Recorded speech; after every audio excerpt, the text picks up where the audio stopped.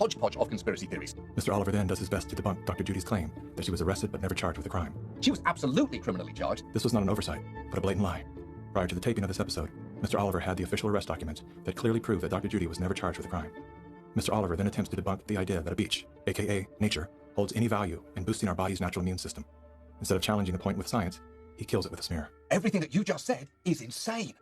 Television is not the truth. We deal in illusions, man. None of it is true. But you people sit there day after day, night after night, all ages, colors, creeds.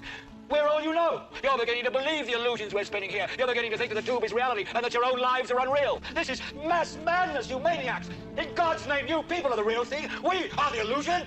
So turn off your television sets. Turn them off now. Turn them off right now. Turn them off and leave them off. Turn them off right in the middle of the sentence I'm speaking to you now. Turn them off. In 1979, the world decided that we needed the Bayh-Dole Act because we needed to reform our patent system.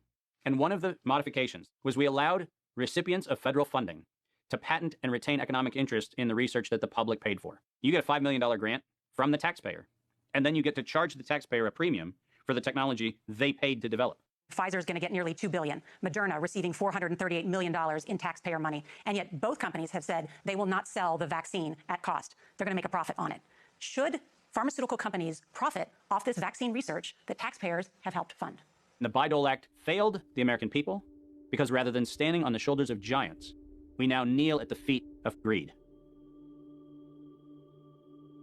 My systems flagged anomalies when I started seeing nonprofits and corporates and cover financing for coronavirus programs in the late summer and fall of 2019. Our first red flag came out when we read the World at Risk scenario. Now, there's an organization called the Global Monitoring Preparedness Board. This organization is a part of the World Health Organization, and this board includes Dr. Elias from the Gates Foundation and Anthony Fauci from NIAID. These two individuals, plus the director of the Center for Disease Control in China, come out with a recommendation that says that by September 2020, 2 global pandemic preparedness exercises have to be completed. And one of them has to be done on the release of a respiratory pathogen. That then gave rise to an October event, Event 201. On behalf of our partners in Bill and Melinda Gates Foundation. Event 201 took place 5 months before COVID-19 was declared a pandemic. The participants of the event are some of the same people that are now deeply involved in the real pandemic and profiting from it as well. Event 201 was a scripted, multi-camera, live event that was broadcast globally via the internet.